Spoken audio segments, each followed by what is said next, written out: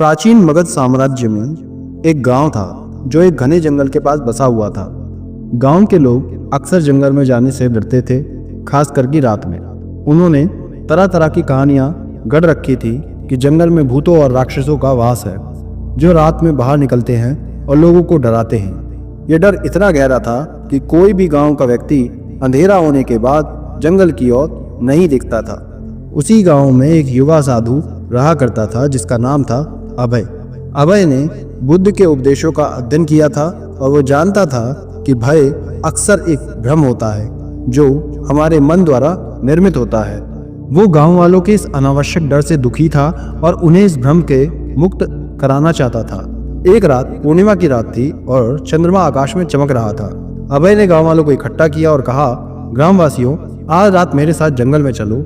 मैं तुम्हें दिखाऊंगा कि वहाँ कोई भूत या फिर राक्षस नहीं है। गांव वाले डर गए। नहीं बनते, एक बूढ़े व्यक्ति ने कहा, रात में जंगल में जाना बहुत खतरनाक है, वहाँ दुष्ट आत्माएं रहती हैं। अभय मुस्कुराया और कहा, दुष्ट आत्माएं जंगल में नहीं बल्कि तुम्हारे मन में रहती हैं। ये तुम्हारे मन का भय है जो तुम्हें सच देखने से रोक रहा है। कुछ गांव वाले अभय पर भरोसा करते थे, इसलिए वे झिझकते हुए उसके साथ चलने को तैयार हो गए। अभय ने उन्हें आश्वासन दिया कि वे सुरक्षित रहेंगे। जैसे ही वे जंगल में घुसे, कुछ गांव वालों ने अजीबोगरीब आवाजें सुनी। एक महिला ने चिल्लाकर कहा, देखो वो भूत है। उसने एक पेड़ की परछाई की ओर इशारा किया जो एक भयानक आकृति जैसी लग रही थी। अभय ने दीपक उठाया और उस परछाई की ओर चल पड़ा। जैसे ही वे करीब पहुंचे, उन्हें एहसास हुआ कि वो केवल एक पेड़ की टेढ़ी मेढ़ी शाखा थी जिस पर चंद्रमा की रोशनी पड़ रही थी। गांव वाले शर्मिंदा हुए। थोड़ी देर बाद उन्होंने एक और आवाज सुनी। एक युवा लड़के ने घबराकर कहा, ये एक राक्षस की आवाज है। अभय फिर से आवाज की दिशा में बढ़ा।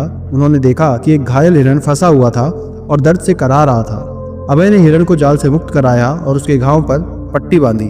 गांव वालों को एहसास हुआ कि वे जिस आवाज को राक्षस की कराह समझ रहे थे वो एक निर्दोष जानवर की पीड़ा थी। पूरी रात अभय ने गांव वालों को जंगल में मौजूद हर उस चीज को दिखाया जिसे वे डर के मारे भूत या राक्षस समझते थे। उन्होंने दिखाया कि जिस चमकती आंखों को वे भूत समझते थे वे वास्तव में जुगनुओं की चमक थी।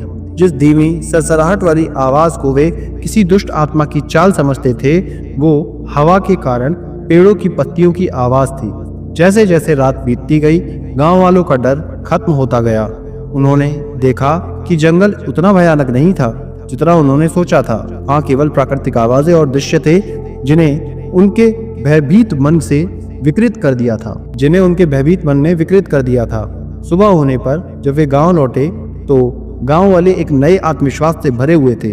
उन्होंने अभय को धन्यवाद दिया। एक बुजुर्ग ने कहा, बनते, आपने हमारी आंखें खोल दी। आपने हमें दिखाया कि सबसे बड़ा राक्षस हमारे भीतर ही रहता है, हमारे मन का भय। अभय ने ये कहा, बुद्ध ने सिखाया है कि ज्ञान अंधकार को दूर करता है और प्रेम भय को दूर करता है। जब हम सत्य को जानते हैं और अपने मन को प्रेम और करुणा से भरते हैं तो भय का कोई स्थान नहीं रहता।